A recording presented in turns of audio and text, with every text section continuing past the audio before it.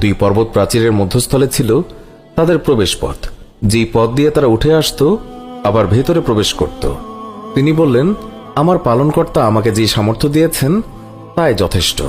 অতএব তোমরা আমাকে শ্রম দিয়ে সাহায্য করো, আমি তোমাদের এবং তাদের মধ্যে একটি সুদৃঢ় প্রাচীর নির্মাণ করে দেব, যাতে করে তারা তোমাদের কোনো ক্ষতি করতে না পারে। তোমরা আমাকে লোহার পাত এনে দাও। অবশেষে যখন পাহাড়ের মধ্যবর্তী ফাঁকা স্থান পূর্ণ হয়ে গেল, তখন তিনি বললেন, তোমরা হাঁপড়ে দম দিতে থাকো। অবশেষে যখন তা আগুনে পরিণত হলো, তখন তিনি বললেন, তোমরা গলিত তামা নিয়ে এসো, আমি তা এর উপরে ঢেলে দিই। অতঃপর ইয়াজুজ ও মাজুজ আর কখনোই এর উপরে আরোহণ করতে পারবে না এবং তা ভেদও করতে পারবে না। কিন্তু আল্লাহ একটি নির্দিষ্ট সময়ে একে চূর্ণ বিচূর্ণ করে দেবেন এবং তারা বের হয়ে আসবে।